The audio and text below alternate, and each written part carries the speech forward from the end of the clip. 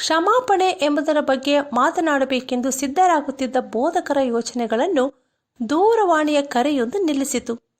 ಇಲ್ಲೊಬ್ಬರು ಜೀವ ಮರಣಗಳ ಮಧ್ಯೆ ನೆಮ್ಮದಿ ಇಲ್ಲದೆ ಹೋರಾಡುತ್ತಿದ್ದಾರೆ.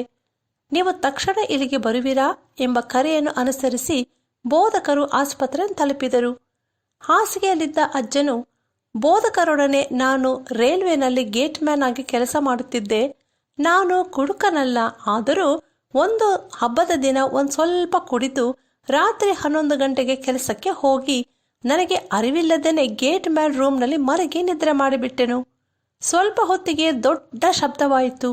ಯವನಸ್ಥ ದಂಪತಿಗಳು ತಮ್ಮ ಚಿಕ್ಕ ಮಗನೊಂದಿಗೆ ಪ್ರಯಾಣಿಸುತ್ತಿದ್ದ ಕಾರ್ ತೆರೆದಿದ್ದ ಗೇಟ್ ಮೂಲಕ ಪ್ರವೇಶಿಸುತ್ತಿರುವಾಗಲೇ ರೈಲು ಗಾಡಿ ಬಂದು ಹೊಡೆದು ಬಿಟ್ಟಿತು. 8 ವರ್ಷಗಳ ಅವರ ಮಗನು ಗಾಯಗಳೊಂದಿಗೆ ಪ್ರಲಾಪಿಸುತ್ತಿದ್ದ ಆ ಶಬ್ದ ಈಗಲೂ ಕೂಡ ನನ್ನ ಕಿವಿಗಳಲ್ಲಿ ಧ್ವನಿಸುತ್ತಿದೆ. ಅಯ್ಯ, ಇದು ನಡೆದು ಸುಮಾರು 40 ವರ್ಷಗಳಾಗಿರಬಹುದು. ಸ್ವಲ್ಪ ಸಮಯದ ಸುಖಕ್ಕಾಗಿ ಒಂದು ಕುಟುಂಬ ಹಾಳಾಗಿ ಹೋಗಲು ಕಾರಣನಾದ ನಾನು ಪಾಪಿ ಎಂದು ಕಣ್ಣೀರು ಬಿಟ್ಟರು. ಇದನ್ನು ಕೇಳಿಸಿಕೊಂಡ ಬೋಧಕರಿಗೆ ಹೃದಯ ಬಡಿತ ಹೆಚ್ಚಾಯಿತು. ತಮ್ಮ ಹೆತ್ತವರ ಮರಣಕ್ಕೆ ಕಾರಣನಾದ ವ್ಯಕ್ತಿಯನ್ನು ಈ ರೀತಿ ಸಂಧಿಸುತ್ತೇನೆಂದು ಅವರು ಊಹಿಸಿರಲಿಲ್ಲ. ಬೋಧಕರು, ಅಜ್ಜ, ನಿಮ್ಮ ಕೈಯಲ್ಲಿರುವ ಆ ಉಂಗುರ ಯಾರದು ಎಂದು ಕೇಳಿದ್ದಕ್ಕೆ ಅಜ್ಜನು, ಇದು ರೈಲ್ವೆ ಟ್ರ್ಯಾಕ್ನಲ್ಲಿ ಬಿದ್ದಿದ್ದ ಉಂಗುರ, ಅಪಘಾತದಲ್ಲಿ ಮರಣ ಹೊಂದಿದವರದೇ ಇರಬೇಕು ಅಂದರು.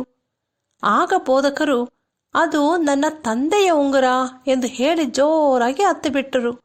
ಅಜ್ಜನಿಗೆ ವಿಷಯ ಅರ್ಥವಾಗಲು ಸ್ವಲ್ಪ ಸಮಯ ಹಿಡಿಸಿತು. ನನ್ನನ್ನು ಕ್ಷಮಿಸಿರಿ ಎಂದು ಬೋಧಕರ ಕಾಲಿಗೆ ಬೀಳಲು ಬಾಗಿದಾಗ ಬೋಧಕರು, ಅಯ್ಯ, ನಾನು ಕ್ಷಮಿಸಿರುವೆನು ಅಂದರು. ಅಜ್ಜನ ಹೃದಯದ ಭಾರವೆಲ್ಲ ಕಳೆದು ಹೋಯಿತು. ಬೋಧಕರ ಜೀವಿತವೇ ಒಂದು ಪ್ರಸಂಗವಾಯಿತು. ನಾವು ಹೇಗಿರುವೆವು? ಕ್ಷಮಿಸುವ ಸ್ವಭಾವ ನಮಗಿದೆಯೇ?